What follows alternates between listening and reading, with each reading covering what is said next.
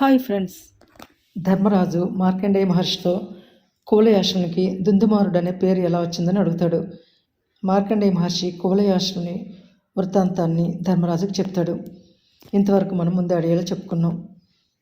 తర్వాత ధర్మరాజు మార్కండేయ మహర్షితో తనకి గొప్ప పతివ్రతల కథలను వినాలని కోరికగా ఉందని చెప్తాడు. కాబట్టి తనకు ఆ కథలు వినిపించమని అడుగుతాడు. అదిగాక తమ సంతానం నిమిత్తము తల్లిదండ్రులలో ఎవరు ఎక్కువ కష్టపడతారు, తల్లిదండ్రుల ఎడల పుత్రుని బాధ్యత ఎలాంటిది, తక్కువ జాతిలో పుట్టినవాడు పరమ ధార్మికులు పొందే లోకాలను ఎలా పొందగలడని వివరించమని అడుగుతాడు. దానికి మార్కండేయ మహర్షి సమాధానం చెప్తూ ఉన్నాడు. ఓ ధర్మరాజా, తన బిడ్డను నమ్మాసాలు తల్లి కడుపులో పెట్టుకొని కాపాడుతుంది. తన ప్రాణానికి అపాయమని తెలిసి కూడా కొడుకును కంటుంది. ఇంకా పుత్రుని కొరకు తండ్రి తపములు, యజ్ఞములు, దానములు, వ్రతములు చేస్తాడు. కాబట్టి పుత్రుని కొరకు తల్లిదండ్రులు ఇద్దరూ సమానంగా కష్టపడతారు. కొడుకు పుట్టిన తర్వాత తల్లిదండ్రులు తమ కొడుకు ధర్మపరుడు కావాలని, తమకు భక్తుడిగా ఉండాలని ఆశిస్తారు. తల్లిదండ్రుల ఆశలను సార్థకం చేసేవాడు నిజమైన కొడుకు. ఏ తల్లిదండ్రులు తమ కుమారుడి నడవడిక వలన సంతోషాన్ని పొందుతారో ఆ తనయుడే కీర్తిని, ధనాన్ని ఆర్జిస్తాడు, ఉత్తమ లోకాలను పొందుతాడు. ఇంకా తన భర్తకు సేవలు చేయటందు నిత్యము ఆసక్తి కలిగి ఉన్న స్త్రీకి ఎన్నో యజ్ఞాలు చేసిన ఫలం లభిస్తుంది అని ఒక కథ చెప్తాడు. పూర్వము కౌశికుడు అనే బ్రాహ్మణుడు ఉండేవాడు. అతడు ధర్మపరుడు, ఎన్నో తపస్సులు చేశాడు. ఒకరోజు అతను ఊరు బయట ఉన్న చెట్టు కింద కూర్చొని వేదాలు వల్లివేసుకుంటున్నాడు. ఆ సమయంలో ఒక కొంగ అతని మీద రెట్టవేసింది. ఆ బ్రాహ్మణుడికి కోపం వచ్చింది. ఆ కొంగ వైపు తీక్షణంగా చూశాడు. ఆ చూపులకు ఆ కొంగ చచ్చిపోయి నేల మీద పడింది. అది చూసి కౌశికుడు చాలా బాధపడ్డాడు. అయ్యో, నేను ఎంతటి నిర్దయుడును, నాకు హృదయం లేదు, నా వలన ఈ కొంగ చచ్చిపోయింది, నా పాపానికి నిష్కృతి లేదు అని ఏడుస్తాడు. ఇంతలో మధ్యాహ్నం అయింది. దగ్గరలో ఉన్న గ్రామానికి భిక్షకు వెళ్ళాడు. ఒక ఇంటి ముందు నిలబడి భిక్షను అర్థించాడు. ఆ ఇంటి ఇల్లాలు అతనికి భిక్ష వేయడానికి ఒక పాత్రను శుద్ధి చేస్తూ ఉంది. ఇంతలో ఆమె భర్త ఆకలితో ఇంటికి వచ్చాడు. అతనికి ఆమె అన్నం వడ్డించింది. భర్త భోజనం చేసేంత వరకు ఆయన పక్కనే కూర్చుంది. తర్వాత ఆయన పడుకునేటప్పుడు ఆయన కాళ్ళు ఒత్తుతూ ఉంది. ఇంతలో ఆమెకు తన ఇంటికి భిక్షకు వచ్చిన బ్రాహ్మణుడి విషయం గుర్తుకు వచ్చింది. ఒక పాత్రలో అన్నం పెట్టుకొని భిక్ష వేయడానికి వచ్చింది. ఆమెను చూసి కౌశికుడు కోపించాడు. నువ్వు గర్వంతో భిక్షకు వచ్చిన నన్ను అవమానించావు. నేను వచ్చిన వెంటనే వెళ్ళిపోమ్మంటే వెళ్ళిపోయేవాడిని కదా, ఇంతసేపు ఎందుకు ఆలస్యం చేశావు, ఎందుకు అవమానించావు అని కోపంగా అడిగాడు. అయ్యా, మీకు భిక్ష తెస్తున్నప్పుడు నా భర్త వచ్చాడు. ఆయనకు పరిచర్యలు చేసి వచ్చేటప్పటికి ఆలస్యమైంది. ఇది నా తప్పుగా తలవకండి, కొంచెం ఓర్పు వహించండి అని వేడుకుంది. బ్రాహ్మణుడు అంటాడు, నీకు బ్రాహ్మణుల కన్నా నీ భర్త అంత ఎక్కువ? లోకవంద్యులమైన మమ్మల్ని అవమానిస్తావా? సాక్షాత్తు దేవేంద్రుడు కూడా బ్రాహ్మణులను పూజిస్తాడు. కానీ నువ్వు గర్వంతో బ్రాహ్మణులను అవమానించావు. బ్రాహ్మణులను అవమానిస్తే వారి కోపం ఈ లోకాలను దహించివేస్తుంది అని కోపంతో అన్నాడు. కౌశికుడితో ఆ స్త్రీ అంటుంది, దేవతలతో సమానమైన బ్రాహ్మణుల మహిమ నాకు తెలియదా చెప్పండి. ఒక బ్రాహ్మణుడు సముద్ర జలాలను తాగకూడనివి అని శపించలేదా? మరొక బ్రాహ్మణుడు దండకారణ్యం తగులబెట్టలేదా? మరొక బ్రాహ్మణుడు వాతాపిని జీర్ణం చేసుకోలేదా? కాబట్టి బ్రాహ్మణోత్తముల మహిమలు విని ఉన్నాను. అలాంటి బ్రాహ్మణులను అవమానించి కోరి కష్టాలు ఎందుకు కొని తెచ్చుకుంటాను? కానీ నా పాటికి నా భర్త నాకు పరమదైవము. నేను నా భర్తను త్రికరణ శుద్ధిగా ఆరాధిస్తున్నాను. ఎంత ఆలోచించినా ఇంతకంటే గొప్ప ధర్మం నాకు కనిపించలేదు. బ్రాహ్మణోత్తమ, నీకు కోపం ఎక్కువని నాకు తెలుసు. నీ కోపానికి ఒక కొంగ చచ్చిపోయింది కదా. ఈ విషయం నా పాతివ్రత్య మహిమతో తెలుసుకున్నాను. కాబట్టి తమరు నా మీద కోపించడం మంచిది కాదు. ఎందుకంటే ప్రతి మానవుని హృదయంలో ఇద్దరు ఘోరమైన శత్రువులు నివసిస్తూ ఉంటారు. వారే క్రోధము, మోహము. వారిని అణచివేయకపోతే బ్రాహ్మణులకు గొప్పదనం రాదు కదా. ఎవరైతే ఎప్పుడూ సత్యం పలుకుతూ ఉంటాడో, ఎవరైతే అహింసా వ్రతము ఆచరిస్తాడో, ఎవరైతే గురుజనులకు మంచి చేస్తాడో, ఎవరైతే ఇంద్రియములను జయిస్తాడో, ఎవరైతే అందరినీ తనవారుగా చూస్తాడో, ఎవరైతే ధర్మాన్ని ఆచరిస్తూ కామానికి వశుడు కాకుండా కర్మలను ఆచరిస్తాడో, అట్టి పుణ్యాత్ముడే నిజమైన బ్రాహ్మణుడని సర్వజనులు కీర్తిస్తారు. అలాంటి బ్రాహ్మణునకు మంచి ప్రవర్తన, ఇంద్రియ నిగ్రహము, వేదాధ్యయనము మంచి సంపదలుగా, ధనముగా వర్ధిల్లుతాయి. ఇవే వేదములలో చెప్పబడిన కర్తవ్యాలు. ధర్మం అనేది చాలా విధాలుగా ఉంటుంది, చాలా సూక్ష్మంగా ఉంటుంది. నువ్వు కేవలము స్వాధ్యాయపరుడు కానీ ధర్మ సూక్ష్మములు నీకు తెలియవు. కాబట్టి వెంటనే మిథిల నగరానికి వెళ్ళు. అక్కడ ఇంద్రియములను జయించినవాడు, ఎప్పుడూ సత్యం పలికేవాడు, తల్లిదండ్రులను పూజించేవాడు అయిన ధర్మవ్యాధుడనే కిరాతుడు ఉన్నాడు. అతని వలన ధర్మ సూక్ష్మాలని తెలుసుకో. నీ సందేహములన్నీ తీరుతాయి. నేను ఆడదానని నాకు అంత పరిజ్ఞానం లేదు కదా. కాబట్టి ఆడవారు ఎట్టి అపరాధములు చేసినను క్షమించవలేను కదా అని చెప్పింది. అప్పుడు కౌశికుడు ఆమెతో అంటాడు, అమ్మ, నీ వలన నాకు జ్ఞానోదయం అయింది. నా మనసు ప్రశాంతి పొందింది. నేను వెళ్ళి వస్తాను. అంతా నీకు మేలు జరుగుతుంది అని మిథిల నగరానికి బయలుదేరాడు. కౌశికుడు ఆ పతివ్రత యొక్క జ్ఞానానికి ఆశ్చర్యపోయాడు. ఆమెను దూషించి తాను ఎంతో తప్పు చేశానని పశ్చాత్తాపడ్డాడు. కొంతకాలానికి మిథిల నగరానికి చేరుకున్నాడు. అక్కడ ఉన్న పౌరులను అడిగి ధర్మవ్యాధుడు ఉండే చోటు తెలుసుకున్నాడు. ధర్మవ్యాధుని వద్దకు వెళ్ళాడు. ధర్మవ్యాధుడు మాంసం విక్రయిస్తున్నాడు. అంగడిలో జనం కిక్కిరిసి ఉన్నారు. ఆ దృశ్యాన్ని చూసి అసహించుకున్నాడు. ఒక పక్కకు ఒదిగి నిలబడ్డాడు. ఆ బ్రాహ్మణుని చూసిన ధర్మవ్యాధుడు వెంటనే అతని వద్దకు వచ్చాడు. ఆయనకు భక్తితో మొక్కాడు. మహానుభావ, ఆ మహాపతివ్రత తమరిని నా వద్దకు పంపిందా? అందుకని తమరు నా వద్దకు వచ్చారా? నాకు చాలా సంతోషంగా ఉంది. రండి, మా ఇంటికి వెళ్దామని ధర్మవ్యాధుడు ఆ బ్రాహ్మణుని తన ఇంటికి తీసుకుని వెళ్ళాడు. ఆ పతివ్రత తనను పంపిన సంగతి ఇతనికి ఎలా తెలిసింది? ఆ బ్రాహ్మణుడు మరలా ఆశ్చర్యపోయాడు. ఇద్దరు ధర్మవ్యాధుని ఇంటికి వెళ్ళారు. ధర్మవ్యాధుడు ఆ బ్రాహ్మణునికి ఆర్ఘ్యపాద్యాదులు ఇచ్చి సత్కరించాడు. అప్పుడు ఆ బ్రాహ్మణుడు ధర్మవ్యాధునితో, అయ్యా, మీరు అన్ని ధర్మములు తెలిసినవారు.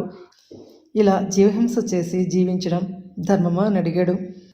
అయ్యా, బ్రాహ్మణులకు తపస్సు, స్వాధ్యాయము, సత్యము, శౌచము, బ్రహ్మచర్యము పరమధర్మాలు. అలాగే క్షత్రియులకు దండనీతి, వైశ్యులకు వ్యవసాయము, పశుపాలన, వ్యాపారము పరమధర్మాలు. శూద్రులకు సేవ చేయడం పరమధర్మము. అలాగే మాకు మృగమాంసం విక్రయించి జీవించడం ధర్మము. పైగా ఇది మాకు వంశానుగతంగా వస్తున్నది. ఇది మిథిలా రాజ్యము. ఈ దేశానికి రాజైన జనకుడు రాజధర్మమును తప్పనివాడు. ఇక్కడ అందరూ ఎవరి ధర్మం వారు నిర్వర్తించాలి. స్వధర్మమును ఆచరించిన వాడిని చివరికి కన్న కొడుకైనా శిక్షిస్తాడు. కాబట్టి నేను నా ధర్మాన్ని వదిలిపెట్టను. కానీ ఓ బ్రాహ్మణోత్తమ, నేను ఈ విధంగా మాంస విక్రయము చేస్తున్నాను.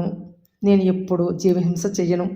ఇతరులు చంపి తెచ్చిన మాంసాన్ని నేను కొని దానిని మరలా అమ్ముతాను. దాని వలన వచ్చిన ధనంతో తృప్తిగా జీవిస్తున్నాను. నేను ఎప్పుడూ అణకువతో ఉంటాను.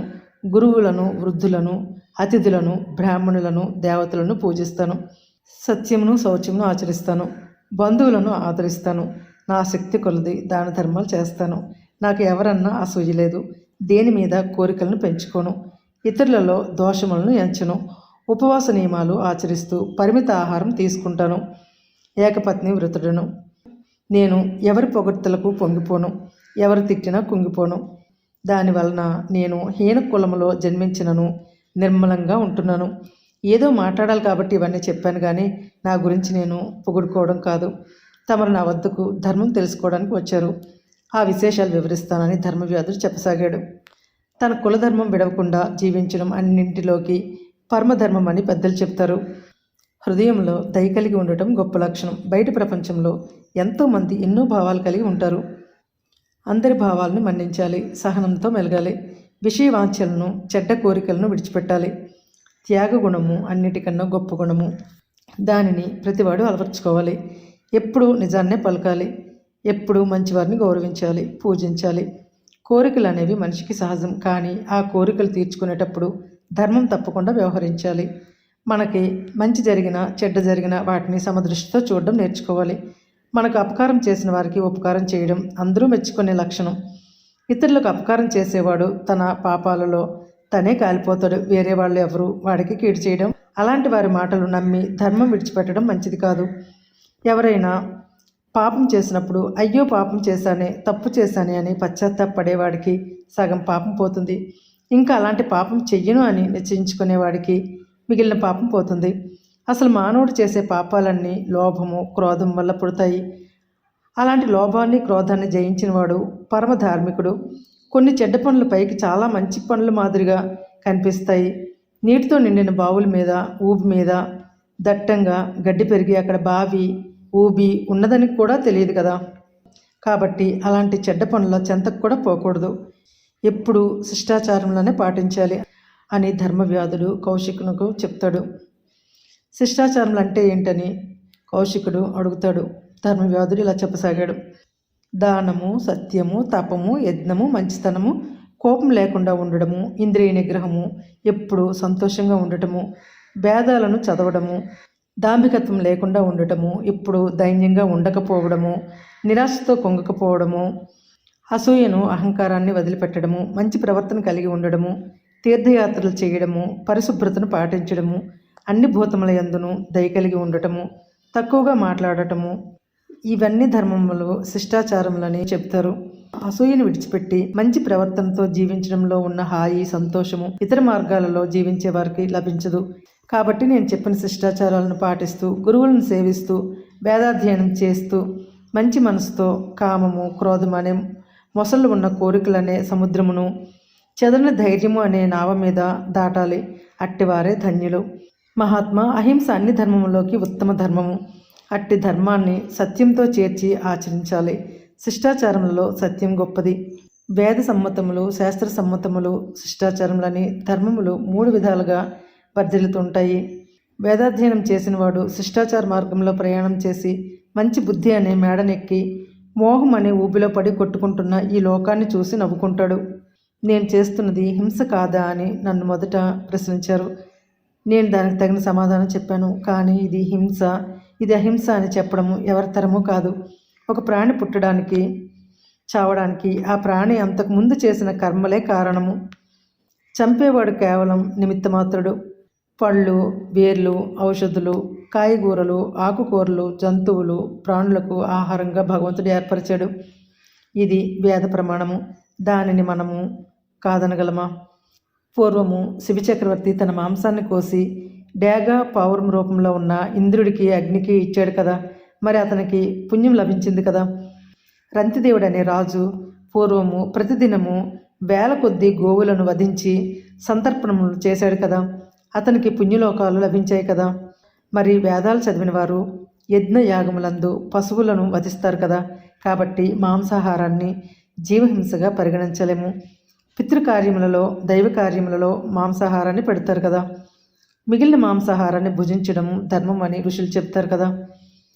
రైతులు భూమిని నాగలతో దున్నుతున్నప్పుడు ఎన్నో జీవాలు చచ్చిపోతాయి కదా. మరి అది హింస కదా. ఇంతెందుకు, మానవులు నేల మీద నడుస్తున్నప్పుడు వారి కాళ్ళ కింద పడి ఎన్నో జీవాలు చచ్చిపోతూ ఉంటాయి. మరి అది జీవహింస అవుతుందా? కాబట్టి ఇది ఎవరికి వారు ఆలోచించి నిర్ణయించుకోవాల్సిన విషయము. నీరు, భూమి, ఆకాశము సర్వము ప్రాణులతో నిండి ఉంది. కాబట్టి మనం చేసే ప్రతి కర్మలోనూ హింస తప్పనిసరిగా ఉంటుంది. హింస చేయకుండా జీవనం గడపడం కష్టం. కొంతమంది మాత్రము తామెప్పుడూ హింస చెయ్యమని భ్రమలో ఉంటారు. మునివృత్తిని స్వీకరించి అరణ్యములలో తపస్సు చేస్తూ ఉంటారు. తాము అహింసా వ్రతాన్ని ఆచరిస్తున్నామని చెప్పుకుంటున్న మునులు కూడా ప్రతిరోజు ఆకులు, కాయలు, ఫలాలు, కందమూలాలు భుజిస్తూ జీవహింస చేస్తున్నారు కదా. ఎందుకంటే ఆకులలో, కాయలలో, మొక్కలలో అన్నింట్లో జీవం ఉందని మనకు తెలుసు కదా. కాబట్టి ఈ లోకంలో జీవహింస చెయ్యని వాడు ఒక్కడు కూడా లేడు. కానీ తెలిసి కావాలని జీవహింస చెయ్యకపోవడమే అహింస అని చెప్పుకోవాలి. ధర్మం చాలా రకాలుగా ఉంటుంది. చాలా సూక్ష్మమైనది. తెలుసుకోవడం చాలా కష్టం. కాబట్టి వేదాలను, పెద్దలు చెప్పిన మాటలను, వారు ఆచరించే ఆచారముల వలన మనము ధర్మం తెలుసుకోవాలి. సత్యవ్రతం చాలా గొప్పది. కానీ ఏ ప్రాణికైనా అపకారం జరుగుతూ ఉన్నప్పుడు దానిని నివారించడానికి ఆడే అబద్ధము నిజం పలకడం కన్నా గొప్పది. ఏ ప్రాణికైనా అపకారం కలిగించే సత్యము అబద్ధం చెప్పడంతో సమానము. ఎవరైనా ప్రాణాపాయ స్థితిలో ఉన్నప్పుడు వారిని కాపాడడానికి ఆడే అసత్యము, వివాహ సమయములందును పలికే అసత్యము సత్యంతో సమానము. ఇలాంటివే ధర్మ సూక్ష్మములు. కులవృత్తి మానరాదు. ఎందుకంటే కులవృత్తి దైవం ఏర్పరిచినది. మనము పూర్వ జన్మలో చేసిన కర్మల ఫలితము అనుభవింపక తప్పదు. దానిని తప్పించుకోవడం ఎవరి తరము కాదు. ఈ విషయం తెలియని మూఢులు తమకు కష్టములు వచ్చినప్పుడు దైవాన్ని దూషిస్తారు. అలాగే మనుషులు తాము చేసే కర్మలకు తామే కర్తలమని, తామే చేస్తున్నామని అనుకుంటూ ఉంటారు. అది అజ్ఞానము. అన్ని పనులకు తానే కర్త అయితే తాను చేసిన అన్ని కార్యములు ఫలించాలి కదా. అలా జరగటం లేదు. ఎందుకంటే చాలామంది నీతిమంతులు, ధర్మనిరతులు, అన్ని కార్యములను దక్షతగా నిర్వహించగలవారు చేసే ఎన్నో కార్యములు కూడా ఒక్కొక్కసారి ఫలించవు. కానీ దుష్టులు, క్రూరులు, దుర్మార్గులు చేసే పనులు అన్నీ ఫలిస్తుంటాయి. కొంతమందికి ఏ పని చేయకుండానే ధనము, విజయములు వచ్చి పడుతూ ఉంటాయి. కానీ కొంతమంది ఎంత కష్టపడినా ఫలితం కనిపించదు. అలాగే కటిక దరిద్రులకు, పేదవారికి సంతానము వద్దన్నా కలుగుతుంది. కానీ మహాధనవంతులు కూడా ఎన్ని వ్రతాలు చేసినా, పూజలు చేసినా, దాన ధర్మాలు చేసినా సంతానం కలగదు. ఇదంతా ఎందుకు అలా జరుగుతుంది అంటే పూర్వజన్మ కర్మఫలం వలన జరుగుతుంది అని చెప్పక తప్పదు. అలాగే మనుషులు పూర్వజన్మ కర్మలకు ఆధీనులు కాకుండా తమ ఇష్టం వచ్చినట్టు తాము చేయవచ్చు అనుకుంటే అలాంటి వాళ్ళు ఎలాంటి రోగాలు, మరణము లేకుండా శాశ్వతంగా బ్రతకవచ్చు కదా. కాబట్టి మనం పూర్వం చేసిన కర్మలను బట్టి ఈ శరీరం ఏర్పడుతుంది. శరీరం చేయవలసిన పనులు కూడా మనం చేసిన కర్మవశమున నిర్ణయింపబడతాయి. ఈ దేహం విడిచి మరణించిన తర్వాత జీవుడు మరలా తన కర్మ నిర్దేశించిన దేహానికి వెళ్తాడు. ఇప్పుడు జీవుడు ఎలాంటి వాడో నీకు చెప్తాను. జీవుడు అనగుడు, సనాతనుడు, ఎప్పటికీ ఉండేవాడు. జీవుడికి పాపం అంటదు. మనం చేసుకున్న కర్మలు బట్టి జీవుడు శరీరాన్ని పొందుతూ ఉంటాడు. కొంతకాలం ఆ శరీరంలో ఉంటాడు. శరీరం మరణిస్తుంది, కానీ శాశ్వతుడైన జీవుడు మరణించడు. ఈ శరీరాన్ని విడిచిన జీవుడు తను చేసిన కర్మలను బట్టి వేరే శరీరాన్ని ధరిస్తాడు. ఆ శరీరంలో సుఖదుఖములు అనుభవిస్తాడు. ఆ ప్రకారము జీవుడు ఎన్నో దేహబంధాలలో చిక్కుకుంటాడు. మహానుభావ, ఇప్పుడు నీకు పుణ్యము, పాపం వలన కలిగే దేహబంధములు ఎలాంటివనే విషయం చెప్తాను. స్థిరమైన పుణ్యము చేసిన వానికి దైవత్వం ప్రాప్తిస్తుంది. కొంత పుణ్యము, కొంత పాపము చేసిన వానికి మనుష్య జన్మ లభిస్తుంది. కేవలం పాపాలు మాత్రమే చేస్తే వాడు జంతువులుగా, క్రిమి కీటకాదులుగా జన్మిస్తాడు. అలా పుడుతూ చస్తూ కోరికలనే సముద్రంలో కొట్టుకుపోతూ ఉంటాడు. ఎప్పటికీ ఒడ్డుకు చేరుకోలేడు. ఇది తెలిసిన వాడు పాపముల జోలికి పోక కేవలం పుణ్యకార్యాలు చేస్తూ మదము, అహంకారము, మాశ్చర్యమును వదిలిపెట్టి ధర్మ మార్గాన్ని జీవిస్తాడు అని ధర్మవ్యాధుడు కౌశికునితో చెప్తాడు.